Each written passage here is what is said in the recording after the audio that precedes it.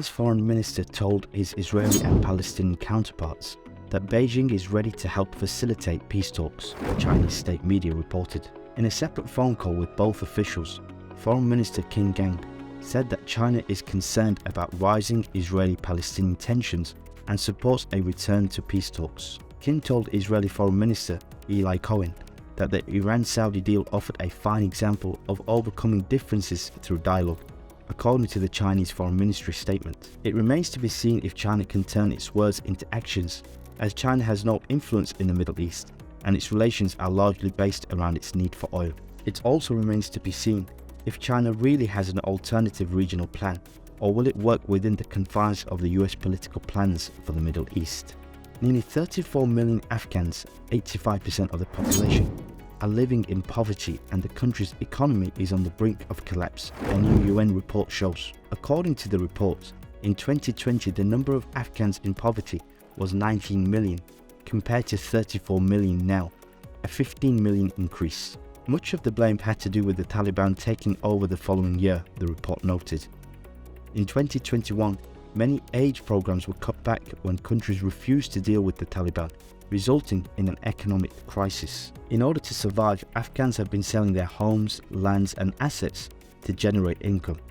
Some people have turned their children into labourers and their daughters into child brides, the report says. According to the report, the funding requirements today for Afghans to maintain their expenditures may have reached $5.3 billion from the $900 million needed 2 years ago. Whilst the report blames the Taliban for all the ills of the country, the report failed to look at the 20-year occupation by the US and the corruption and mismanagement of the country under the occupation. All NATO allies have agreed that Ukraine will become a member. Speaking ahead of a meeting of the Ukraine Defense Contract Group at Ramstein Air Base in Germany, he told reporters once the war in Ukraine ends, Kiev must have the deterrence to prevent new attacks. Let me be clear, Ukraine's rightful place is in the Euro-Atlantic family. Ukraine's rightful place is in NATO, he told a news conference. Ukraine was first promised NATO membership in 2008, despite a warning from the then US ambassador to Russia, William Burns, who now serves as the CIA director, that Moscow views Ukrainian NATO membership as the brightest of all red lines.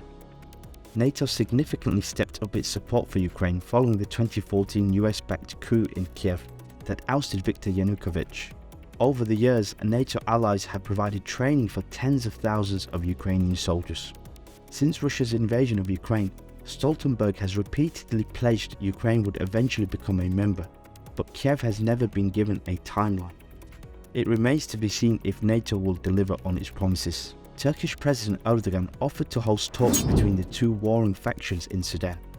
His message was communicated in separate calls to the leaders of the Sudanese armed forces and the paramilitary rapid support forces. The last 2 weeks has seen intense fighting between the army and the rapid support forces, which is a paramilitary force. Both factions managed the uprising in 2019, when long-term leader Omar Bashir was overthrown. But not wanting to give up power, both the army general and the RSF general have tried to undermine the civilian part of the transitional process. Now differences have emerged between General Burhan and General Hamdan on the RSF's integration into the army, as well as its control over gold and mineral mines and deposits.